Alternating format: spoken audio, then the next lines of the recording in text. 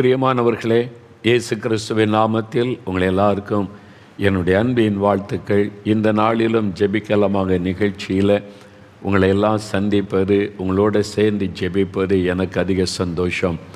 காரணம், இயேசு கிறிஸ்து உங்களை நேசிக்கிறார். இந்த ஜெபத்தில் ஆண்டவர் பிரியத்தோடு நம்முடைய ஜெபத்திற்காய் அவர் காத்திருக்கிறார். ஏனென்றால் நம்ம உலகத்தின் பல தேசங்களிலிருந்து ஒருமனப்பட்டு ஜெபம் செய்கிறோம். சபை பாகுபாடுகள் இல்லாதபடி, மொழி பாகுபாடுகள் இல்லாதபடி நாம் எல்லாரும் உலகம் முழுவதும் 120 நாடுகளிலிருந்து ஒன்றாய் இணைந்து ஒரே நோக்கத்திற்காக ஜெபிக்கிறோம். பார்த்தீங்களா? இது தேவனுக்கு மிகவும் பிரியமான ஒரு காரியம். முழுவதையும் இந்த ஜெபத்தில் இணைத்திருக்கிறார். அதனால் இந்த ஜெபம் வல்லமை உள்ளதாயும் இருக்கிறது, தேவனுக்கு பிரியமாயும் இருக்கிறது. அதனால் நம்முடைய ஜெபம் தேவனுக்கு ரொம்ப பிரியமாக இருக்கிறபடியால் ஜெபிக்கிற உங்களை தேவன் பிரியத்தோடு நோக்கி பார்க்கிறார். குட்டி பிள்ளைங்க, பெரியவங்க, வாலிபர்கள், வயதானவங்க, நீங்கள் யாராக இருந்தாலும் உங்களுடைய ஜெபம் தேவனுக்கு ரொம்ப மகிழ்ச்சியை கொடுக்கிற ஒரு காரியம்.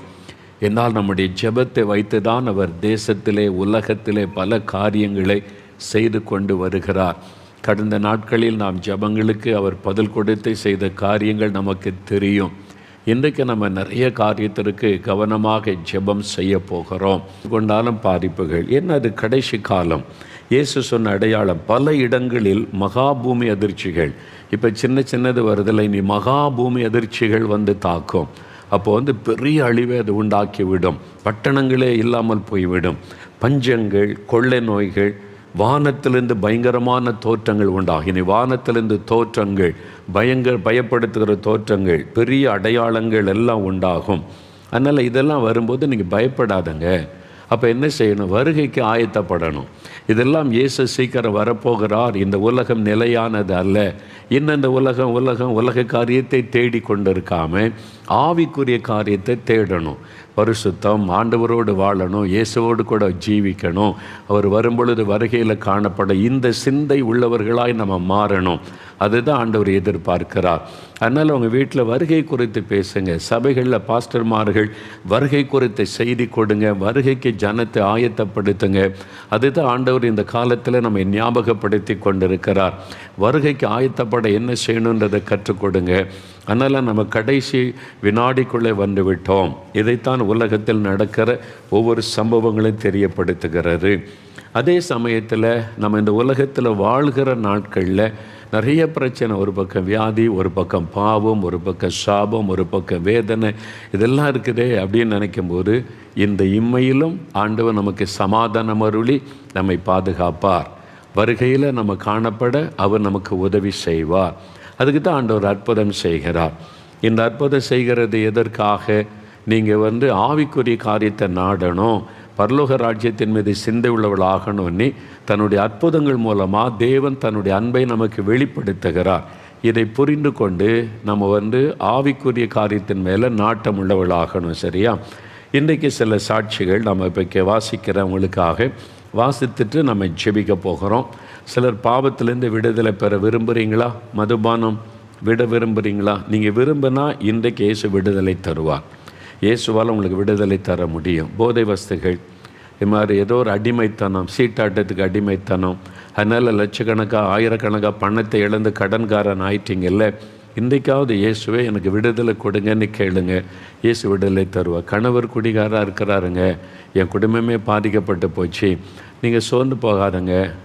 நீங்கள் உங்கள் கணவருக்கு உத்தரவாதம் எடுத்து என் கணவர் ரட்சிக்கப்படணும், அந்த பாவத்திலிருந்து விடுதலை பெறணும், இயேசுவே உதவி செய்யும். நீங்கள் ஜெபிச்சு பாருங்கள். உங்கள் நிமித்தம் உங்களுடைய கணவரை ஆண்டவர் ரட்சித்து அவருடைய வாழ்க்கையை மாற்றுவார். பிள்ளைகள், எந்த காரியனாலும் ஜெபத்தினால நீங்கள் இயேசுவிடத்திலேருந்து பெற்றுக்கொள்ள முடியும். உங்கள் வீட்டில் இருந்து நீங்கள் ஜெபம் பண்ணி பெற்றுக்கொள்ள முடியும். இன்றைக்கி அதுக்கு தான் ஜெபிக்க போகிறோம். ஜெபிக்கிறதுக்கு முன்னால் உங்களுடைய விசுவாச பலனுடைய சில சாட்சிகளை நான் வாசிக்கிறேன். சரியா? விசுவாசத்தோடு ஜெபித்தாதான் இயேசு அற்புதம் செய்வார். எனக்கு இயேசு செய்வார், என் மேலே இயேசு அன்பாக இருக்கிறார், என் கணவரை மாற்றுவார், என் பிள்ளைகளை மாற்றுவார், கடன் பிரச்சனை மாற்றுவார், எங்களையும் இயேசு ஆசீர்வதிப்பார். அந்த விசுவாசத்தோடு ஜெபித்தீங்கன்னா இயேசு கட்டாய அற்புதம் செய்திருவார். என்ன மாதிரி அற்புதம்லாம் செய்வார்? சில சாட்சிகளை நான் வாசிக்கிறேன் பாருங்கள். இதெல்லாம் உண்மையாக நடந்த சம்பவங்கள். இவங்களுடைய ஃபோன் நம்பர், அட்ரஸ் எல்லாம் எங்ககிட்ட இருக்குது. அவங்கள்ட்ட நேரில் பேசின பிறகு தான் இந்த சாட்சி உங்களுக்கு வாசிக்கப்படுகிறது. சரியா? சகோதரர் சாமி கண்ணு பெங்களூரில் இருந்து சகோதரர் சாமி கண்ணு என்கிறவர் எழுதியிருக்கிறாங்க. நான் ரோமன் கத்தோலிக்க திருச்சபையை சேர்ந்தவன். கடந்த 20 வருடமாக குடிப்பழக்கத்திற்கும் ஹான்ஸ் என்ற போதை பழக்கத்திற்கும் அடிமையாக இருந்தேன். தினமும் 3 குவார்ட்டர் பாட்டில் இல்லாமல் என்னால் இருக்கவே முடியாது. 2 பாக்கெட் ஹான்ஸ் போட்டு விடுவேன். ஒரு நாள் கூட நான் குடிப்பதற்கு மறந்தது இல்லை.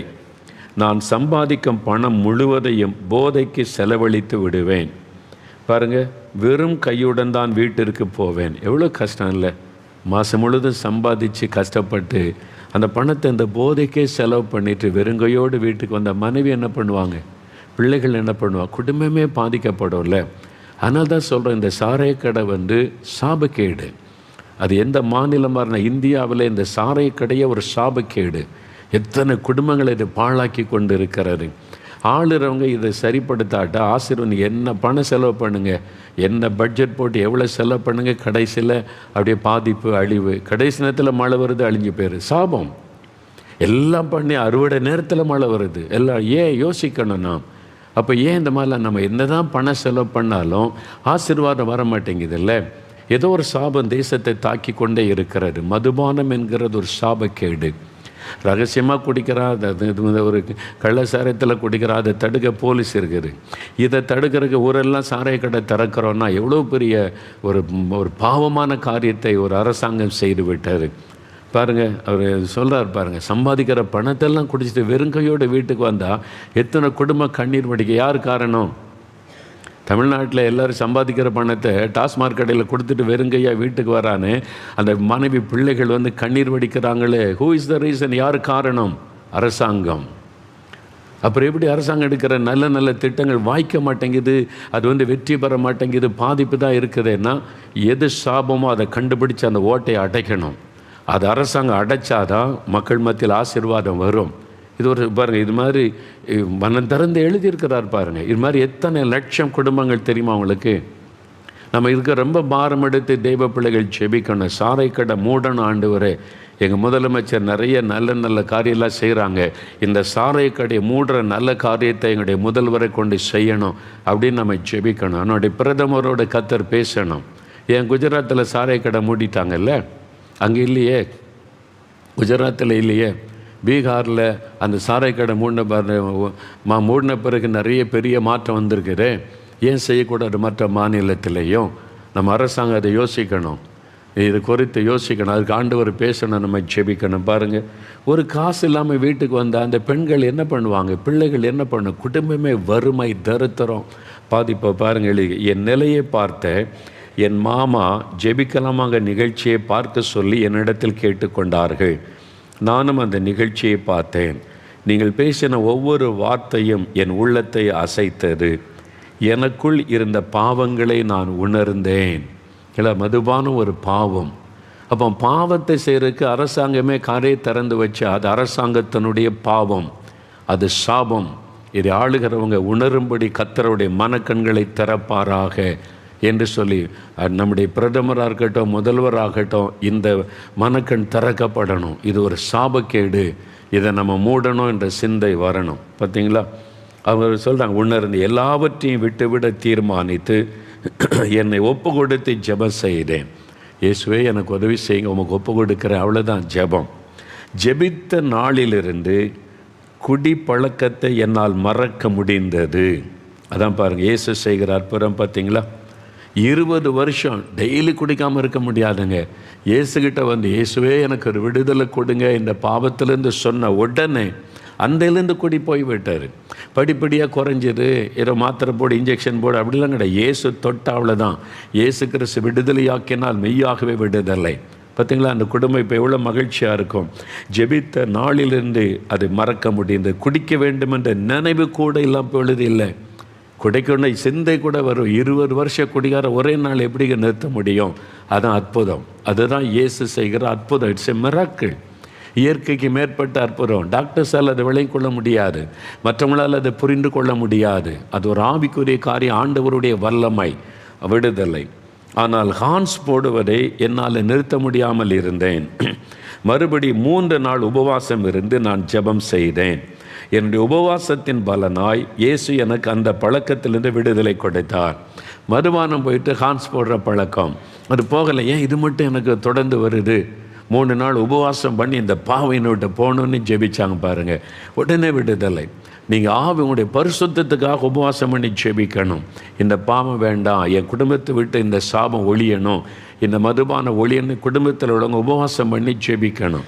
அந்த சகோதரி ஜெபித்ததுனால பாருங்கள், இப்பொழுது பாவ மன்னிப்பின் நிச்சயத்தை பெற்றுக்கொண்டேன். இது தாங்க முக்கியம். நீங்கள் கேத்தலிக் சர்ச்சில் இருங்க, சிஎஸ்ஐ சர்ச்சில் இருங்க, அசம்பிளிஸ் ஆஃப் காட் சர்ச், எந்த சர்ச்சில் வேணாலும் இருங்க, பாவ மன்னிப்பின் நிச்சயம் உங்களுக்கு இருக்குதா? இயேசு என் பாவத்தெல்லாம் மன்னிச்சிட்டார், பாவத்தில் விடுதலை கொடுத்துட்டார்னு உங்களால் சொல்ல முடியுமா? அதான் முக்கியம். நீங்கள் எந்த சர்ச்சில் இருக்கீங்கன்னு முக்கியம் இல்லை. இயேசு கிறிஸ்து ரத்தத்தினால் கழுவப்பட்டுட்டீங்களா? உங்களுடைய பாவம் மன்னிக்கப்பட்டிருக்குதா? அந்த பாவம் மன்னிப்பு நிச்சயம் பெற்றுக்கொண்டால் பரலோகத்தில் உங்களுடைய பெயர் ஜீவபுஸ்தகத்தில் எழுதப்பட்டு இருக்கும். அதுதான் முக்கியம். அந்த பரலோகத்தில் யார் பெயர் எழுதப்பட்டு இருக்கிறதோ அவங்க தான் பரலோகத்துக்கு போக முடியும். குடிகாரனாக இருந்துட்டு நான் பக்தியாக சர்ச்சுக்கு வந்தேன், காணிக்கெல்லாம் கொடுத்தேன், பரலோகத்தில் விடுங்கன்னா பரலோகத்துக்கு போக முடியாது ஐயா. லஞ்சம் வாங்கிட்டு ஊழல் பண்ணிவிட்டு சர்ச்சில் ஞாயிற்றுக்கிழமை வந்து காணிக்க போட்டுட்டா பரலோகத்துக்கு போயிடலான்னு நினைக்கிறீங்களா? போக முடியாதே. அந்த பாவத்தை விட்டு மனம் திரும்பி ரட்சிக்கப்பட்டு உங்கள் பேர் ஜீவபுஸ்தகத்தில் இருக்கணுமே. அதுதான். அதனால தான் பாருங்கள், இந்த ஐயாவுக்கு பாவ மன்னிப்பு நிச்சயம் உண்டாயிட்டு பாருங்கள். அதாங்க பெரிய ஒரு அற்புதம் ஆண்டவர் கொடுத்துட்டார். ஜெபமே செய்யாத நான் ஜெபம் செய்ய ஆரம்பித்தேன். இப்பொழுது கடந்த 1 வருடமாக நான் குடிப்பதில்லை. சில நினைக்கலாம் விடுவாங்க, மறுபடியும் ஆரம்பிச்சிடறான். 1 வருஷம் ஆச்சுங்க அவருக்கு ஆண்டவர் விடுதலை கொடுத்து. 1 வருஷமாக குடிக்கலையே. ஹான்ஸ் போடுவதும் இல்லை. என்னுடைய 20 வருட பாவ பழக்கத்தை என்னை விட்டு முற்றிலும் அகற்றி என்னை நல்ல மனிதனாக வாழ வைத்திருக்கிற இயேசுவுக்கு நன்றி. இது தாங்க இயேசு செய்கிறார். இதைத்தான் நாங்கள் சொல்கிறோம். நல்ல மனிதனாய் மாற்றி விட்டார். மதம் மாற்றலைங்க, சபை மாற்றலை.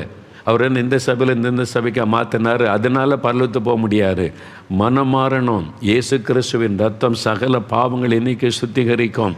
இயேசு கிறிஸ்துவனுடைய இருதயத்தை மாற்றணும், உங்களுடைய லைஃப் சேஞ்ச் ஆகணும். அதுக்கு தான் இயேசு வந்தார். நல்ல மனிதனாக மாற்றிட்டாருங்க. அப்போது இயேசு வந்தால் தான் ஒவ்வொரு கெட்ட மனிதனும் நல்லவனாக மாறுவான். குடிகாரம் மாறிடுவான், லஞ்சம் வாங்குறவங்க மாறிடுவான், ஊழல் பண்ணுறவங்க மாறிடுவாங்க. அப்போ தான் தேசம் பரிசுத்தம் அடைந்து பூரண ஆசீர்வாதம் தேசத்தில் வரும். அதுக்கு தான் நாங்கள் எழுப்புதலுக்காக ஜெபிக்கிறோன்றோம். அதுக்கு தான் இந்த நற்செய்தியை நாங்கள் அறிவிக்கிறோம். எங்கே நாங்கள் மரம் மாற்றோம்? இது சிலர் அவங்க பிழைப்பு நடத்துகிறாங்க. இந்த மதத்தை வச்சு பிழைப்பு நடத்துகிற சிலர் இருக்கிறாங்க. அவங்க இதை வச்சுக்கிட்டு எதிர்க்கணும், திட்டணும், அழிக்கணும், மதம் மாற்றுறாங்கன்னு பொய்யான செய்தியை பரப்பி இந்த பொய்யில் வாழ்ந்து கொண்டு இருக்கிற சிலர் இருக்கிறாங்க. அவங்க வேலையை பொய் சொல்கிறது தான். அவங்க எங்கே போனாலும் பொய் தான் பேசுவாங்க. அதுக்குன்னே ஒரு கூட்டம் அலைகிறாங்க. பொய் சொல்லி இப்போ தங்களுடைய பிழைப்புக்காக. இயேசு கிறிஸ்து அப்படி கிடையாது. நாங்கள் மெய்யானது சொல்கிறோம். என்ன இருக்குல்ல, வாழ்க்கை மாறுதில்ல, அதுதானே சொல்கிறோம். நீங்கள் நான் குடிகாரனா மாறிட்டே இப்போ லஞ்செல்லாம் வாங்குறதில்ல, அதனால் நான் அப்படி இருக்கிறேன் அப்படின்னு அதை நீ சொல்லு 4 பேருக்கு. அதை விட்டுட்டு நீ கிறிஸ்தவங்களை மதம் மாற்றுறாங்க, வெளிநாட்டு பணம், பொய்யான செய்தி எதுக்கு பரப்புறீங்க? அது பிசாசின் வேலை. பொய்யனும் பொய்க்கு பிதாவமாக இருக்கிறான். கிறிஸ்தவத்திலும் சில பொய்யான ஆள் அலைகிறாங்க. போலி பிஷப்பு, போலி போதகர்கள், போலி ஊழியக்காரங்க, பிழைப்பு நடத்துகிறவங்க. அவனும் பார்த்தா இந்த மாதிரி பாவத்தில் பொய்யானதையே பேசிக்கிட்டு இருப்பாங்க. அதில் நீ கண்டுபிடிச்சலாம் பிசாசனுடைய பிடியில் இருக்கிறான் என்பதை நீங்கள் அறிந்து கொள்ள. ஆனால் இயேசு வந்துட்டால் வாழ்க்கை மாறுது. பார்த்தீங்களா? ஐயா சாமி கண்ணையாவை அந்த குடும்பத்தை கர்த்தர் ஆசீர்வதிப்பாராக. இயேசுக்குள்ளே தொடர்ந்து நிலைத்திருங்க. உங்களை நான் வாழ்த்துகிறேன்.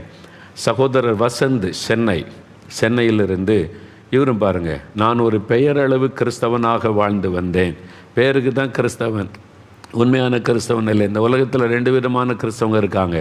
பேருக்காக கிறிஸ்தவன், அவங்க போலி கிறிஸ்தவர்கள். அவங்களும் சர்ச்சுக்கு போவாங்க, அவங்களும் பைபிள் தூக்கிட்டு போவாங்க, அவங்களும் ஜெபம் எல்லாம் பண்ணுவாங்க, கிறிஸ்தவங்கன்னு சொல்லிக்கொள்ளுவாங்க, அவங்க படம்லாம் போட்டுக்கொள்ளுவாங்க. எல்லாருமே உண்மையான கிறிஸ்தவம் கிடையாது. அதான் சொன்ன, பெயரளவுக்கு நான் கிறிஸ்தவனாக இருந்தேன். என்னுடைய தேவைக்காக போகிற போக்கில் 1 நிமிஷம் ஜெபம் செய்வேன், அவ்வளவுதான்.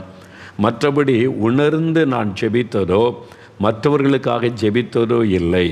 மேலும் கடந்த 7 வருடமாக சனி ஞாயிறுகளில் மட்டும் குடிக்கும் பழக்கம் எனக்கு இருந்தது.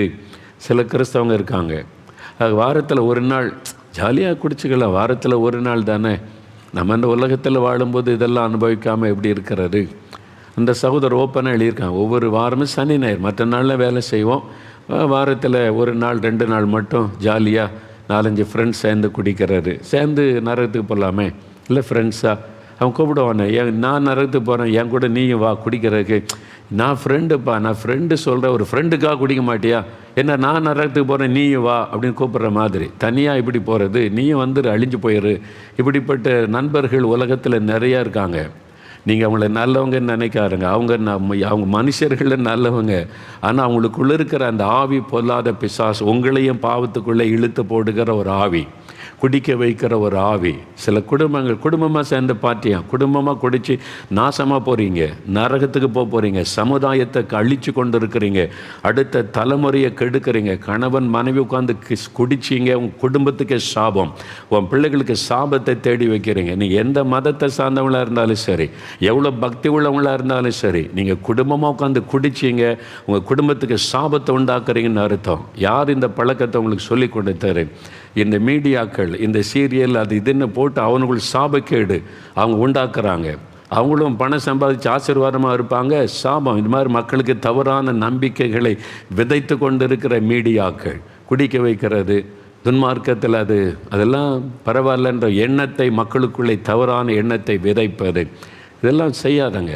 இதெல்லாம் பாவம்னு உணருங்க. உங்கள் பிள்ளைகளை பாதிக்கும், அடுத்த தலைமுறையை பாதிக்கும். அதை அறிந்து கொள்ளுங்க. பாருங்கள், இந்த சகோதரர் 7 வருஷமாக இந்த பழக்கம். நான் இப்படிப்பட்ட ஏனோ தானே என்ற வாழ்க்கையில் இருக்கும்போது தான் கடந்த அக்டோபர் மாதத்தில் யதார்த்தமாக உங்களுடைய ஜெபிக்கலாமாக நிகழ்ச்சியை பார்த்தேன். நீங்கள் பேசிய ஒவ்வொரு வார்த்தையும் என் இருதயத்தை தொட்டது. என்னுடைய எல்லா பாவங்களையும் நான் உணர்ந்து அறிக்கையிட்டு ஒப்பு கொடுத்து ஜெபம் செய்தேன். அதன் பிறகு நானும் குடிப்பது இல்லை. ஜெப வாழ்க்கையில் நன்றாக வளர ஆரம்பித்தேன். அதிகாலை ஜெபம் செய்ய ஆரம்பித்தேன். பார்த்தீங்களா, ஆண்டவர் எங்கேருந்து எங்கே கொண்டு வருகிறார்.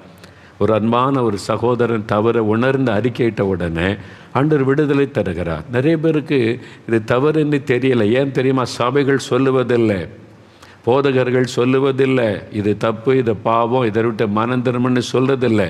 காணிக்கை போடு சர்ச்சுக்கு வந்துரு காணிக்கை போடு, இது மட்டுமே சொல்லி இன்றைக்கி சபைகள் பாவத்தை குறித்து பேசாதனால தான். சொல்லியிருந்தால் இவங்கெல்லாம் இப்போது மனம் திரும்பி இருப்பாங்க.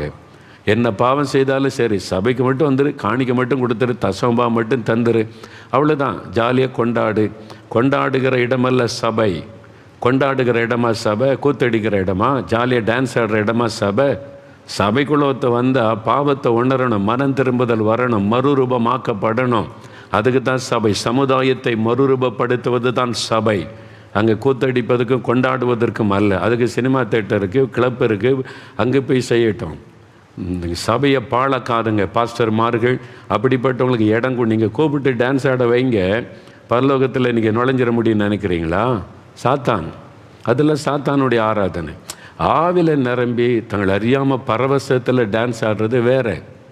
தாவீதெல்லாம் பாருங்கள், அப்படி அவங்கெல்லாம் பரவசத்தில் தேவனோடு ஐக்கியப்பட்டு டான்ஸ் ஆடுவாங்க, அது வேறு. அது எப்போவாவது தான், அதே பழக்கம் கிடையாது. நாங்கள் திருப்பத்தூரில் பார்த்துட்டு சாம் ஜபத்துரான்னு திடீர்னு ஒரு பலத்த அபிஷேகம் இறங்கும்போது அந்த ஆவியில் இறம்பி ஒரு டான்ஸ் ஆடுவாங்க சிம்பிளாக. அதில் ஒரு ஹோலினஸ் இருக்கும், அதில் ஒரு பரிசுத்தம் இருக்கும். சும்மா விசில் அடிச்சுட்டு கூத்தடிச்சுக்கிட்டு கண்ணை திறந்து பார்த்துக்கிட்டு அப்படியே டான்ஸ் ஆடுவதல்ல. அதெல்லாம் சாபக்கேட்டை கொண்டு வந்துடும். சபைகள் பாவத்திற்கு இடம் கொடுக்கிற இடம், பாவத்தை கண்டிக்கிற இடம் தான் சபை. அவங்கள பரிசுத்தப்படுத்தி வருகைக்கு ஆயத்தப்படுத்துவது தான் சபை. தயவுசெய்து பாஸ்டர்மார்கள் கவனமாக இருந்து நீங்கள் செய்யாட்டா கர்த்தர் உங்களை நியாயத்தீர்ப்பு நாளில் கேள்வி கேட்பார். எதுக்கு உனக்கு சபையை கொடுத்தேன், நீ என் வசனத்தை போதிக்காம என்ன கர்த்தர் கேட்பார். அதனால் இல்லை, அது ஜனங்களுக்கு அதானே பிரியமாக இருக்குது, அதுதானே ஜனங்க வருவாங்க. ஜனங்களை பிரியப்படுத்துவதுக்கு ஊழியம் கிடையாது. முதல்ல அறிந்து கொள்ளுங்க, ஜனங்களை பிரியப்படுத்துறதுக்கா ஊழியம்?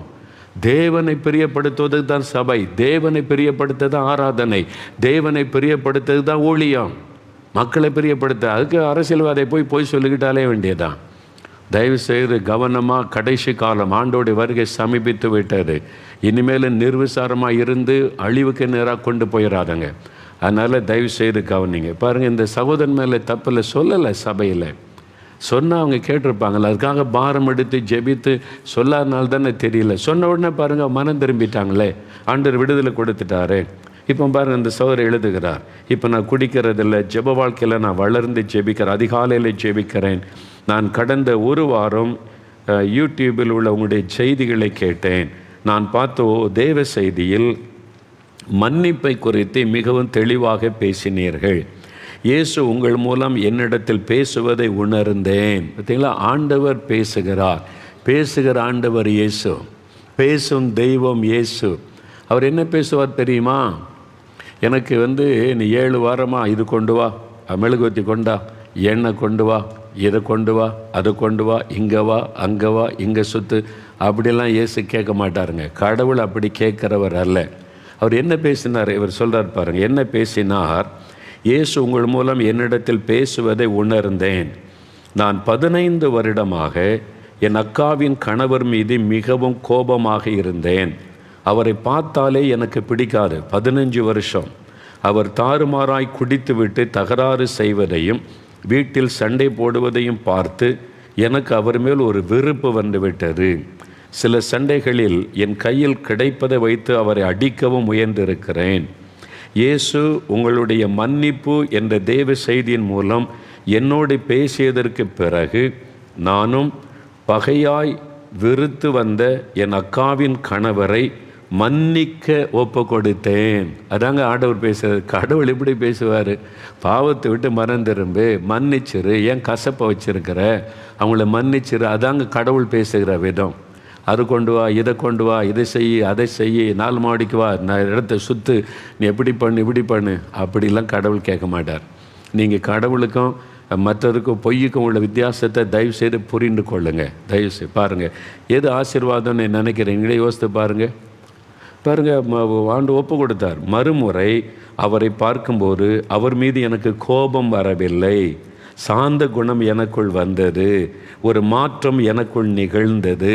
இதாங்க இயேசு, இதான் கடவுள். கடவுள் என்கிறவர் நம்முடைய மனதை மாற்றி எல்லாரையும் நேசிக்க வைக்கிறவர். பாருங்களேன், இப்போ அவருக்கு மேலே கோபம் வரல, அவர் மேலே எனக்கு அன்பு சாந்தம் வருது. பாருங்கள், சொல்கிறார், இப்பொழுதெல்லாம் என் அக்காவின் கணவரை போன்று குடிக்கு அடிமையாக இருக்கும் மற்றவர்களுக்காக ஜெபம் செய்து வருகிறேன். பார்த்தீங்களா, எங்கேருந்து எங்கே கொண்டு வர்றாருங்க? இதாங்க கடவுளுடைய வல்லமை, கடவுளுடைய கிரியை. நீங்கள் அறிந்து கொள்ளுங்க, உண்மையான கடவுள் என்கிற இப்படி தான் செயல்படுவார். மனிதனுடைய வாழ்க்கையை மாற்றுவார், சமுதாயத்தின் மேல் அக்கறை உள்ளவராய் மாற்றி. இப்போ குடிகாரங்க ரட்சிக்கப்படணும்னு ஜெபிக்கிறார். பெயரளவில் எனக்காகவே மட்டும் ஜெபித்த என்னை மற்றவர்களை மன்னிக்கவும் மற்றவர்களுக்காக கரிசனையோடு ஜெபிக்கவும் கற்றுக் கொடுத்த இயேசுவுக்கு நன்றி. இப்படி கற்றுக் கொடுக்குற ஒரு ஆண்டவரை நீங்கள் பின்பற்றினா பரலோகத்துக்கு போகலாம்.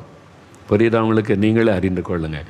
இப்படி கற்றுக் கொடுக்கிற பாவத்திலேருந்து வெளியே வா, இந்த பாவம் உனக்கு வேண்டாம், நான் விடுதலை தருகிறேன் என்கிற ஒரு கடவுள்.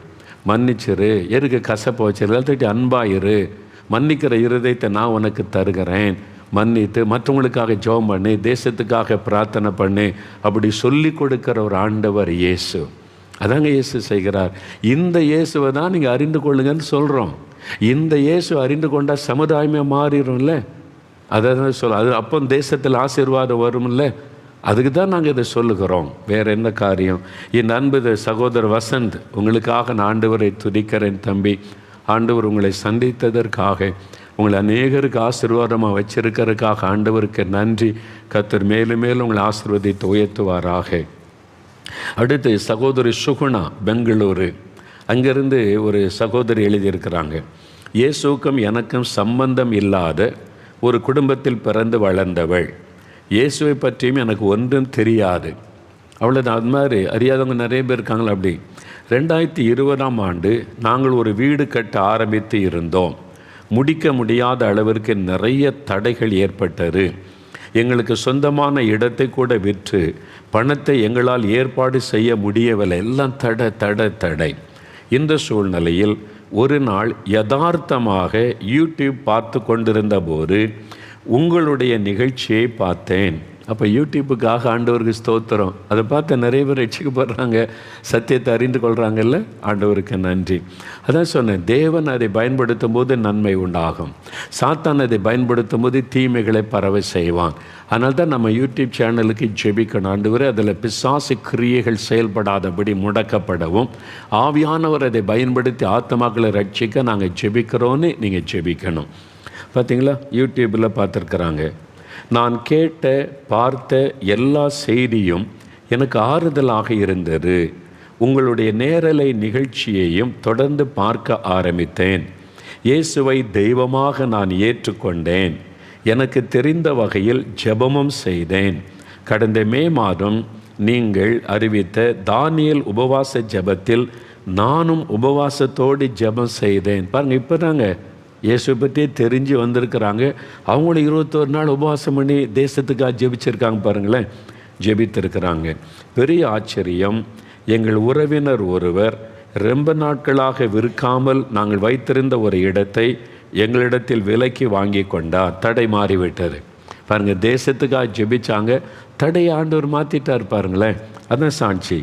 அதில் கிடைத்த பணத்தை வைத்து வீட்டை முழுவதுமாக கட்டி முடித்து விட்டோம். நான் தினமும் 1 மணி நேரம் தனித்து ஜெபம் செய்வேன்.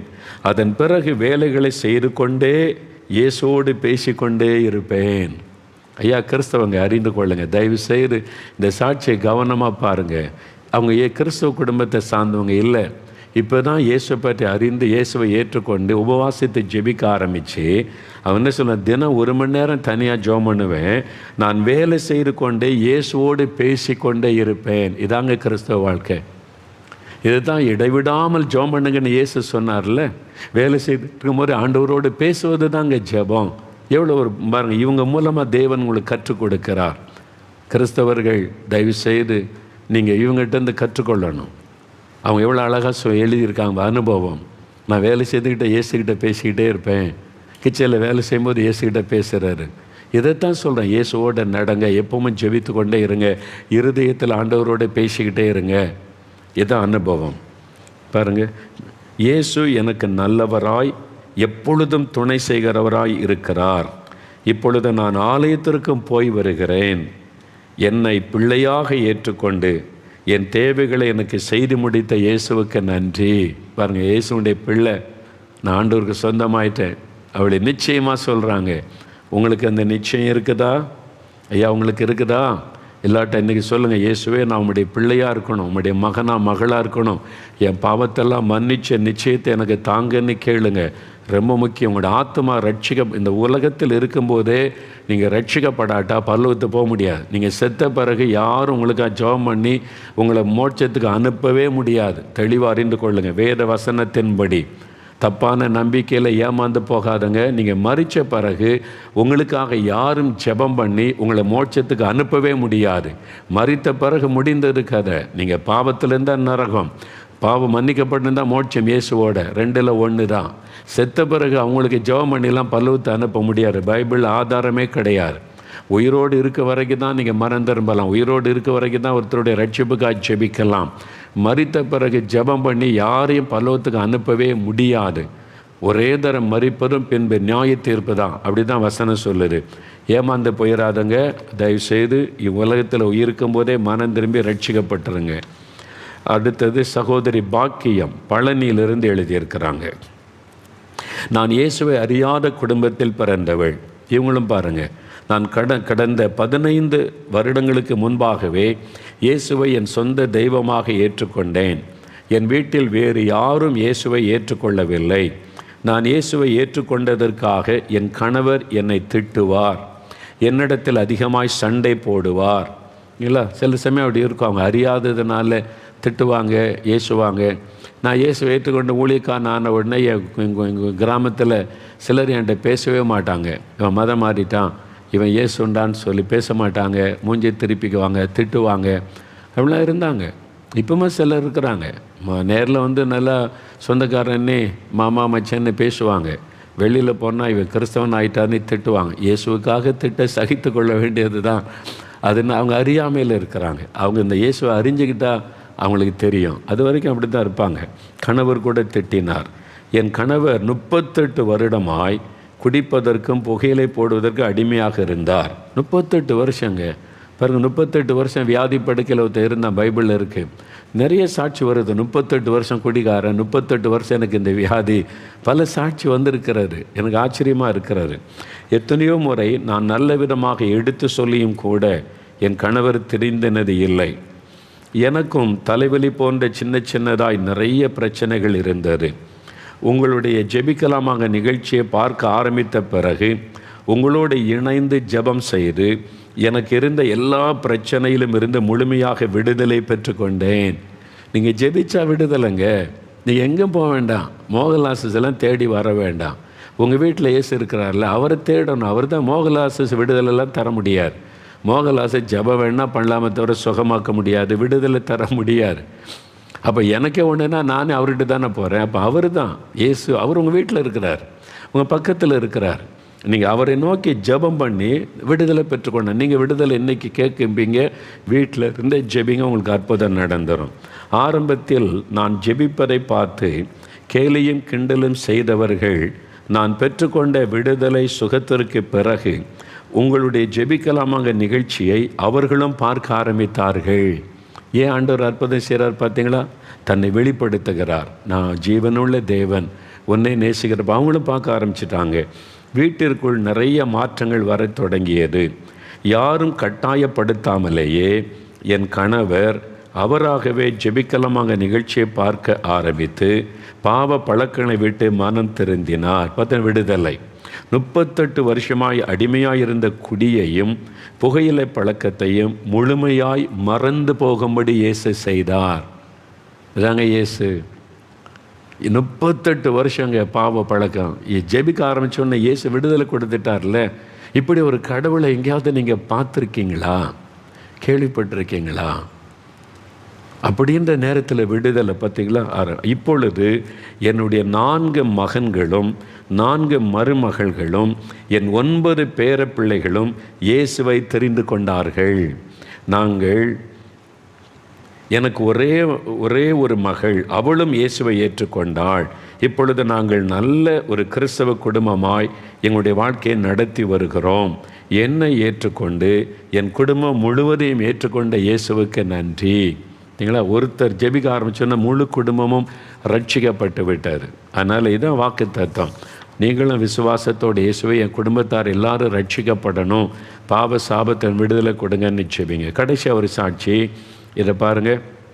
பெங்களூர்லேருந்து ஒரு சகோதரி எழுதியிருக்கிறாங்க. அந்த சாட்சியை வாசிக்கிற அதை கவனிங்க, ரொம்ப முக்கியம். It's a miracle. பாருங்கள், நான் பெங்களூரில் வசித்து வருகிறேன்.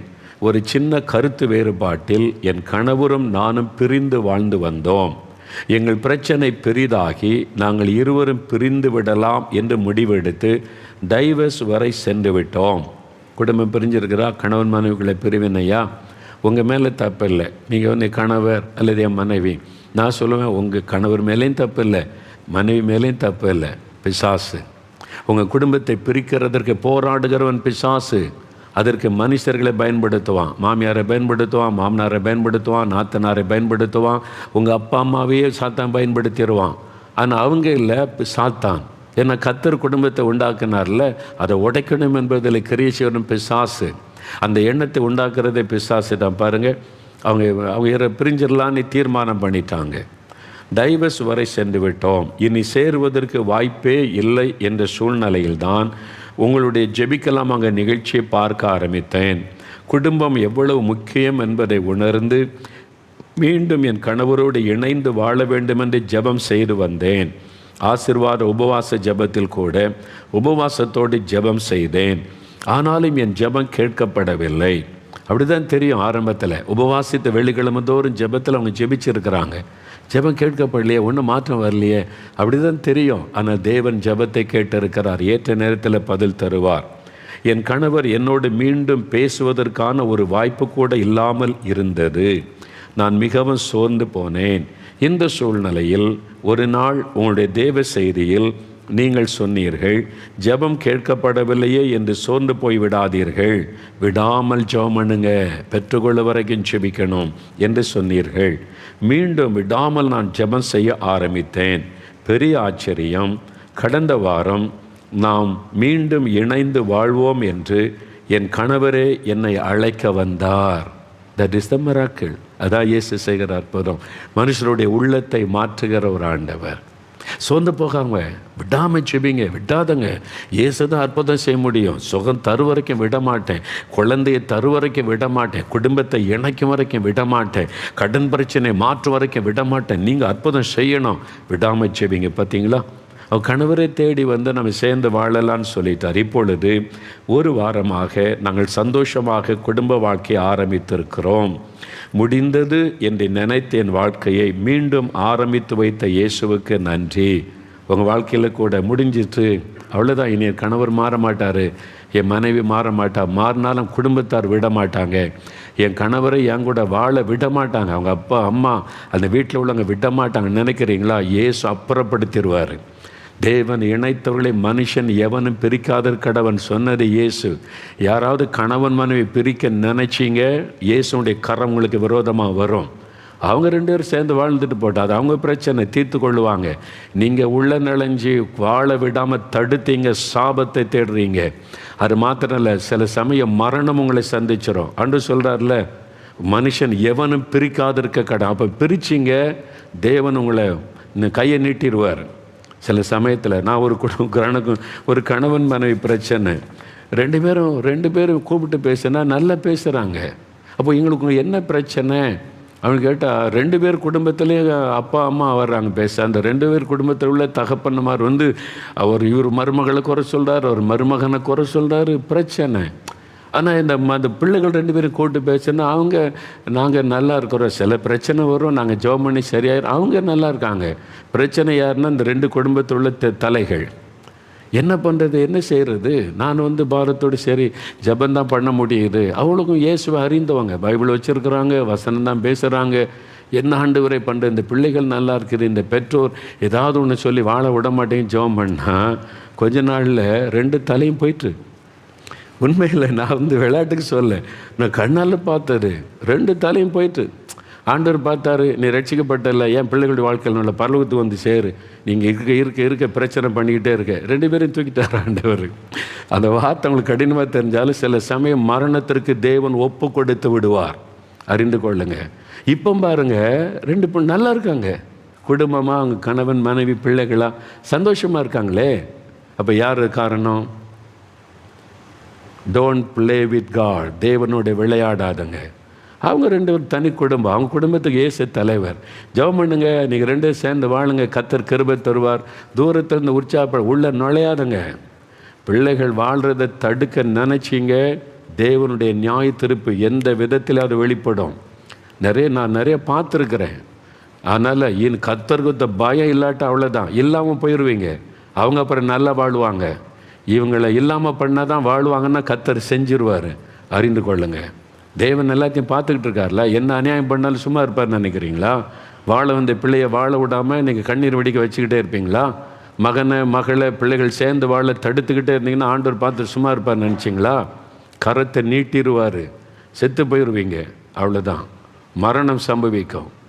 அதனால் தேவன் இணைத்த குடும்பத்தை பிரிக்க நீ யார்? பிள்ளைகளை சேர்த்து வைக்க வாழ விடாமல் தடுக்கிறதுக்கு நீ யார்? அழிஞ்சு போயிடுவீங்க. யாருக்காரன் உன் குடும்பம் அழிஞ்சு போயிடும். குடும்பத்தில் சாபம் வந்து அறிந்து கொள்ளுங்க. உன் பிள்ளைகளுடைய வாழ்க்கை பாதிக்கப்பட்டா இன்னொரு குடும்பத்தை பிரிக்க நீ காரணமாக இருந்தேன்னா தயவு செய்து இதிலெல்லாம் நீங்கள் கவனமாக இருக்கணும். சரியா? சரி, இப்போ நம்ம ஜெபிக்கலாமா? இவங்களுக்கு இவ்வளோ அற்புதம் செய்திருக்கிறார் பார்த்தீங்களா? இன்றைக்கி குடிப்பழக்கத்தின் விடுதலை, போதை வசலின் விடுதலை, பிரிந்த குடும்பத்தை ஆண்டை இணைச்சிருக்கிறாரு. எப்படி அற்புதம் உங்கள் வாழ்க்கையில் செய்வார். 5 நிமிஷம் தான் டைம், நமக்கு அதிகம் இல்லை. முழங்கால் போடுங்க. நீங்கள் தான் ஜெபிக்கணும். இயேசுவே, எனக்கு விடுதலை கொடுங்க. இனி இந்த பாவம் எனக்கு வேண்டாம். இந்த பாவத்திலிருந்து விடுதலை கொடுங்க. இந்த மதுபானம் வேண்டாம், போதை வஸ்துகள் வேண்டாம். இனி என் கணவன் மனைவிக்குள்ள சண்டை எனக்கு வேண்டாம். நான் என் மனைவியை நேசிக்கணும், என் கணவரை நான் நேசித்து கீழ்ப்படிஞ்சு இருக்கணும். ஆண்டவரே, என் பிள்ளைகளை நான் வாழ வைக்கணும். நான் அதில் தலையிட மாட்டேன். ஒப்பு கொடுங்க. ஆண்டவர் பேசுகிறார். இப்பவும் ஒப்பு கொடுக்காட்டா அப்புறம் அடக்க ஆராதனை நடத்த வேண்டியது வந்துடும். அவ்வளோதான். தேவன் பார்த்துட்டு சும்மா இருப்பான்னு நினைக்கிறீங்களா? கம்யூனியன் எடுக்கும்போது கூட நீ பரிசுத்தமாக எடுக்காட்டா செத்து போயிடுவாங்கன்னு பைபிளில் இருக்குது தெரியுமா? மரணம். அப்போ ஒரு குடும்பத்தை ஆண்டவர் சேர்த்து வச்சா, நீ பிரித்து வச்சா தேவன் பார்த்துட்டு சும்மா இருப்பாரா? கவனம். மனம் திரும்பி இன்னைக்கு ஒப்பு கொடுத்து விலகிருங்க. அவங்க பார்த்துக்குவாங்க பிள்ளைகள். அவங்க அடித்து பிடிச்சி வரட்டும். முதல்ல ஒரு 6 மாதம் அப்படி தான் இருக்கும். குடும்பம்னா ஒரு 6 மாதம் தட்டி திணறி தான் வருவாங்க. புது வாழ்க்கை 2 பேர் சேர்ந்து வாழணும்னா ஈஸியான காரியம் இல்லை. ஒரு 6 மாதம் 1 வருஷம் ஆகும். அவங்களே அடிபட்டு ஜோம் பண்ணி எழுப்பி வந்துட்டால் மெச்சூரிட்டி வந்துடும். குடும்பம்னா அப்படி தான், நம்ம அப்படி தான் வாழணும்னு தெரிந்து கொள்ளுவாங்க. நீங்கள் உள்ள நுழையாதங்க. உங்களுக்கு யார் அந்த அதிகாரம் கொடுத்தது? அதனால் ஆண்டவர்கிட்ட ஒப்பு கொடுங்க. ஆண்டவரே, பிள்ளைகளை ஆசீர்வதிங்க, நான் விளைக்கிறேன், அவங்க சந்தோஷமாக இருக்கட்டும்னு இடம் கொடுங்க. அது மாதிரி கவனம். அது மாதிரி நீங்கள் மகளாக இருந்தாலும் சரி, மகனாக இருந்தாலும் சரி, உங்கள் அப்பா அம்மா பேச்சை கேட்டுட்டு வாழ வந்த மனைவியோடு நீ வாழலை, புருஷனோட ஒழுங்காக வாழலைன்னா நீ யாரை நேசிக்கிறோ அவங்கள ஆண்டவர் எடுத்துருவார். அறிஞ்சுக்க. உன் பெற்றோரை இழக்க விரும்புறியா நீ? ஆண்டவர் எல்லாத்தையும் பார்க்குறார்.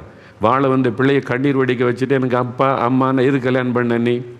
அப்பா அம்மா முந்தியை பிடிச்சிக்கிட்டே இருக்க வேண்டியது தானே?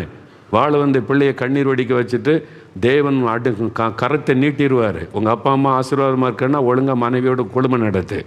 உங்கள் அப்பா அம்மா நல்லா இருக்குன்னா புருஷனுக்கு கீழ்ப்படிஞ்சு ஒழுங்காயிரு. எங்கள் அம்மா சொன்னாங்க, அப்பா சொன்னாங்கன்னு சொன்னால் தேவன் கையை நீட்டிடுவார். பிறகு எது கல்யாணம் பண்ண? இன்னொருத்தருடைய வாழ்க்கையை கெடுக்கிறதுக்கா? ஒப்பு கொடுங்க. வேத வசனத்தின்படி பைபிளை வச்சுக்கிட்ட என்ன நீ பைபிளுக்கு விரோதமாக நடக்கிற? நீ என்ன கிறிஸ்தவ? நீ தெய்வ சமூகத்தில் ஒப்பு கொடுங்க. கவனமாக இன்றைக்கு ஒப்பு கொடுங்க. பேரண்ட்ஸ் ஒப்பு கொடுங்க. கணவன் மனைவி ஒப்பு கொடுங்க. உங்கள் அப்பா அம்மாவை குடும்பத்துக்குள்ளே கொண்டு வராத. நீ கணவன் மனைவி, நீங்கள் 2 பேர் தான். இயேசு உங்கள் குடும்ப தலைவர். அப்படி வாழ பழகுங்க. எங்கள் அப்பா சொல்கிறாரு, அம்மா சொல்கிறாங்கன்னாக்கியா நீ கல்யாணமே பண்ணியிருக்கப்படாது. நீ ஒரு பிள்ளையை கல்யாணம் பண்ணி வச்சுட்டு கண்ணீர் வடிக்க வச்சுட்டு சாபத்தை தேடிக்கொள்கிறேன். அதனால் ஒப்பு கொடுங்க ஆண்டவர்கிட்ட. இன்றைக்கி ஆண்டவரே, உம்முடைய வசனத்தின்படி நான் வாழுவேன், எனக்கு உதவி செய்யணும்னு கேளுங்க. எல்லாம் ஜெபம் பண்ணுங்க. விடுதலை சுகம் வேணும்னா வியாதி உள்ள இடத்துல கை வைங்க. இயேசுவே என்னை சுகமாக்கும், இந்த வியாதி என்னை விட்டு போகணும், என் குடும்பத்தின் இந்த வியாதி போகணும். ஜெபிக்கிறீங்களா? கை வைத்து ஜெபிங்க. 5 நிமிஷம் தான். அப்படி இயேசுவே தொடும், இயேசுவே விடுதலை தாரும், இயேசுவே அற்புதம் செய்யும், இயேசுவே குடும்பத்தில் சமாதானம் தாரும், இயேசுவே கற்பத்தின் கனியை தாரும், இயேசுவே கடன் பிரச்சனை விடுதலை தாரும், இயேசுவே இந்த வியாதியில் இந்த விடுதலை தாரும். இயேசு இயேசு அந்த பேரை சொல்லுங்க. ஐயா இயேசுன்னு கூப்பிடுங்க. ஐயா உங்களுக்கு அற்புதம் நடக்கும். இயேசு உங்களை நேசிக்கிறார். ஐயா இயேசு உங்களை நேசிக்கிறாங்க. அம்மா இயேசுவே எனக்கு உதவி செய்யுங்க, எனக்கு ஜெபம் கூட பண்ண தெரியல, இயேசுவே எனக்கு உதவி செய்யுங்கன்னு கேளுங்க. அதான் ஜெபம். இயேசுவே சுகம் கொடுங்க, இயேசுவே விடுதலை கொடுங்க, இயேசுவே சமாதானம் கொடுங்க, இயேசுவே என் குடும்பத்தை ஆசீர்வதிங்க. அதான் ஜெபம். சொல்லுங்க சொல்லுங்க, வாய் திறந்து இயேசுவேன்னு சொல்லுங்க. இயேசுவே உங்களுடைய நாமத்தை சொல்லி கூப்பிடுறாங்கப்பா. அப்பா உங்களுடைய நாமத்தை சொல்லி கூப்பிடுறாங்க. ஆண்டவரே, அந்த பிள்ளைகளுக்கு இறக்க செய்யுங்க, அந்த தாயனுடைய ஜெபத்துக்கு இறக்க செய்யுங்க, அந்த தகப்பனாருடைய ஜெபத்துக்கு இறக்க செய்யுங்க. விடுதலை கொடுங்க ஆண்டவரே, விடுதலை கொடுங்கப்பா. இயேசு கிறிஸ்துவின் நாமத்தில் விடுதலை உண்டாகட்டும். ஆண்டவரே, பாவ கட்டுகள் அறுக்கப்படட்டும், மதுபானங்கள் ஒளியட்டும், போதை வஸ்துகள் ஒளியட்டும், எல்லா பாவ கட்டுகளும் இயேசுவின் நாமத்தில் அறுக்கப்பட்டு ஒரு விடுதலை உண்டாகட்டும். என்னால் விட முடியலையே, என்னை தவிக்கிற பிள்ளைகளுக்கு உதவி செய்யும். இயேசுவின் நாமத்தில் விடுதலை உண்டாகட்டும். எல்லா பாவ சாப ரோகங்கள் ஒளியட்டும் இயேசுவின் நாமத்தில். உம்முடைய வல்லமை இறங்கட்டும், நோய்கள் விலகட்டும், மரண கட்டுகள் மாறட்டும், அசுத்த ஆவிகள் இயேசுவின் நாமத்தில் விலகட்டும். மரண கட்டுகள் இனி மரணம்தான் என்கிற நிலைமையில் இருக்கிற சிலர் மீது இயேசுவின் வல்லமை இறங்குகிறது. இப்பொழுது மரண படுக்கை இயேசுவின் நாமத்தில் மாறுகிறது. மரண கட்டு இன்றைக்கு இயேசுவின் நாமத்தில் மாறுகிறது. ஐயா மரண படுக்கையில் இருக்கிற சகோதரி எழும்பி நடங்க இயேசுவின் நாமத்தில். உங்க சரீரத்தை மரணத்துக்குள் ஆக்கிற பொருளாத ஆவியை நான் கடிந்து கொள்கிறேன் இயேசுவின் நாமத்தில். அந்த ஆவி விலகுகிறது, கட்டுகள் அறுக்கப்படுகிறது. விடுதலை விடுதலை. சுசிலா என்கிற மகள் மரண கட்டில் இருக்கிறீங்க, மரணம் வந்துருமோ நீ படுக்கையில் இருக்கிறீங்க. இயேசுவின் நாமத்தில் இன்னைக்கு உங்களை விடுதலை. எழும்பி உட்காருங்க, எழும்பி நடங்க. இயேசுவின் நாமத்தில் விடுதலை விடுதலை விடுதலை விடுதலை விடுதலை ஆண்டவர் தந்து கொண்டிருக்கிறார். இயேசுவின் நாமத்தில் நிறைய பாவ கட்டுகள் அறுக்கப்படுகிறது, மரண கட்டுகள் மாறுகிறது, குடும்ப சமாதானத்தை கெடுக்கிற ஆவிகள் விலகட்டும் இயேசுவின் நாமத்தில். தேவன் இணைத்தவர்களை மனிதன் எவனும் பிரிக்காதிருக்க கடவன் என்று சொன்னீரே. கணவன் மனைவிக்குள்ளே பிரிவினை உண்டாக்குற பெற்றோரை ஆண்டவர் தொடுவீராக, உம்முடைய கரத்தை நீட்டுவீராக. பிரிவினை உண்டாக்குற சொந்தக்காரங்க உறவினர்கள் நண்பர்களை தொடுவீராக, அப்புறப்படுத்தி போடுவீராக. ஆண்டவரே உம்முடைய கரம் நீட்டப்படட்டும். கர்த்தரை குறித்த பயம் கிறிஸ்தவ கிறிஸ்தவ வீடுகளுக்குள்ளே வரட்டும் இயேசுவின் நாமத்தினாலே. சபைகளுக்குள்ளே இயேசுவை குறித்த பயம் வரட்டும் இயேசுவின் நாமத்தினாலே. துணிகரமாய் வசனத்துக்கு விரோதமாய் நடக்கிற பொல்லாதவர்களை சந்தியும் ஆண்டவரே. மனம் திரும்பும்படியாக ஆண்டவர் கிரியை செய்யும். ஆண்டவர் கிரியை செய்கிற அன்பிற்காக ஸ்தோத்திரம், உமக்கு ஸ்தோத்திரம் ஆண்டவரே. ஒவ்வொருவருக்கு விடுதலை சுகம் இயேசுவின் நாமத்தில் உண்டாகட்டும். அசுத்த ஆவிகள் விலகட்டும். பில்லி சூனிய கட்டுகள் இயேசுவின் நாமத்தில் அறுக்கப்படட்டும். விடுதலை கொடுக்கிற தேவனுக்கு ஸ்தோத்திரம். அற்புதம் செய்த இயேசுவுக்கு நன்றி.